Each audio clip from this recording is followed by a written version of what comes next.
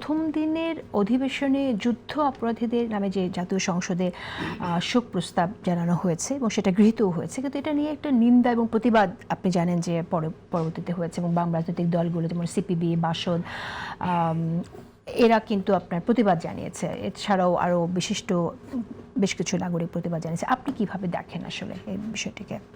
দেখুন, আমাদেরকে হতাশ করেছে যেই শোক প্রস্তাবে যেভাবে নামগুলো যুক্ত হলো।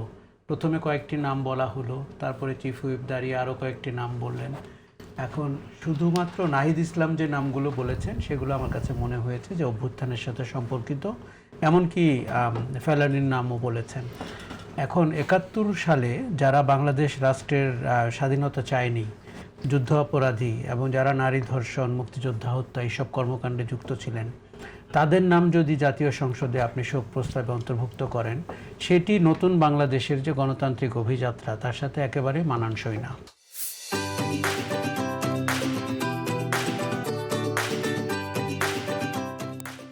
দেখুন, রাজনীতিতে অনেক কিছু ঘটে। ৭১-এ যারা বেকায়দায় ছিল বা ৭১-এর পরে, তারা হয়তো ২৪-এ আবার কায়দা ফেরত পেয়েছে এবং তাদেরকে আমাদের অনেক জায়গায় সহ্যও করতে হচ্ছে, কোথাও কোথাও ধৃষ্টতাও মেনে নিতে হচ্ছে। কিন্তু তার মানে এই না যে আপনি দেশের ইতিহাস বদলে দেওয়ার মতো করে ভূমিকা রাখবেন। তারপরও জাতীয় সংসদের মতো জায়গায় সেখানে প্রত্যেকটা জিনিস কিন্তু আপনার ওয়েল রেকর্ডেড। এখন প্রথমত তারা ৭১ সালে ভূমিকা, দ্বিতীয়ত আপনি জানেন যে মানবতা বিরোধী অপরাধে ট্রাইব্যুনাল গঠন করে তাদের শাস্তি দেওয়া হয়েছে, তাদের কারো কারো রায় কার্যকর হয়েছে। তাহলে আপনি যে আইনের শাসনের কথা বলছেন, তার মানে তার ব্যত্যয় ঘটলো।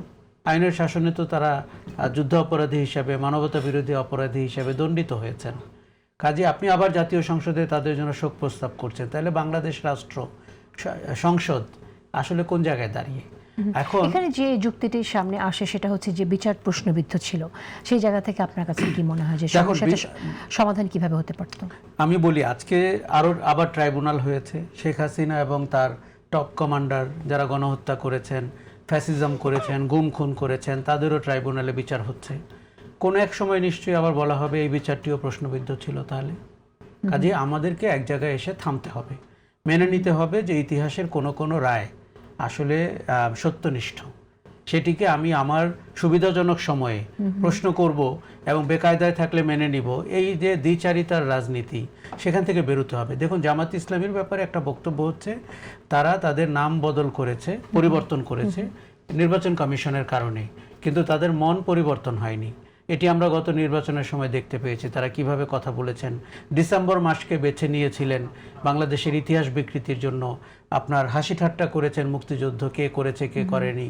একজন নেতা শিশু মুক্তিযোদ্ধা হিসাবে নিজেকে বলার চেষ্টা করেছেন, যার বয়স ৩.৫ বছর ছিল। এমনকি জাতীয় সঙ্গীত যখন ওই অধিবেশনে জাতীয় সঙ্গীত হলো, সেই সময়টাই কিন্তু সবাই উঠে দাঁড়ায়নি, সেটা নিয়েও একটা সমালোচনা আছে। আপনাকে একটু বলি, জাস্ট দুইটি লাইন বলি। একটি হচ্ছে যে শহীদ মিনারে যখন পুষ্পস্তবক দেওয়া হচ্ছিল, তখন জামায়াতের আমির পরিষ্কার বলেছেন এটি আচার হিসাবে তারা করেছেন, তাদের মন থেকে তারা করেননি, তাদের রাজনীতির অংশ এটি না। আরেকটা জিনিস হচ্ছে সংসদে হয়তো অডিও সিস্টেমের কিছু ত্রুটি সেদিন আমরা সবাই দেখতে পেয়েছি, সেই কারণে জাতীয় সঙ্গীতের ব্যাপারটি, এবং তারা বলেছেন, কালকে একজন জামাত নেতা আমাকে বলেছেন স্পেসিফিক সকল জামাতের নেতাদের সাউন্ড সিস্টেম কাজ করেনি। এটা মনে হয় এই প্রশ্নটিও ওঠার সময় তারা বলছিলেন যে বিএনপির লোকরা, সদস্যরা রাষ্ট্রপতি আসার সাথে সাথে দাঁড়িয়েছিলেন, সঙ্গে সঙ্গে জাতীয় সঙ্গীত বেজেছে, তাদের দাঁড়ানো অবস্থায় ছিলেন। আর জামাতের ওনারা যেহেতু তাকে স্বাগত জানাতে চাননি, তারা বসেছিলেন এবং জাতীয় সঙ্গীত না শুনতে পেরে। এটি একটি তাদের যুক্তি। আমি মনে করি যে যেহেতু দলটির নাম জামাত এবং যেই দলটি বাংলাদেশের স্বাধীনতা চায়নি, কাজে এই দলের ব্যাপারে জাতীয় সঙ্গীত শুনতে পাওয়া না পাওয়ার গভীরতর তদন্ত হওয়া দরকার। আমাদের একটি শোকের সময় যাচ্ছে। সময়টি হচ্ছে যে এই রাষ্ট্রকে যারা চায়নি তাদেরকে আপনার মেনে নিতে হচ্ছে প্রধান বিরোধী দল হিসাবে। কাজেই আপনি এখন প্রতি পদে পদে শহীদ মিনারে, জাতীয় স্মৃতিসৌধে, সংসদ ভবনে দেখতে পাবেন স্বাধীনতা বিরোধী রাজাকার এবং মানবতা বিরোধী যুদ্ধ অপরাধীদের অস্তিত্ব।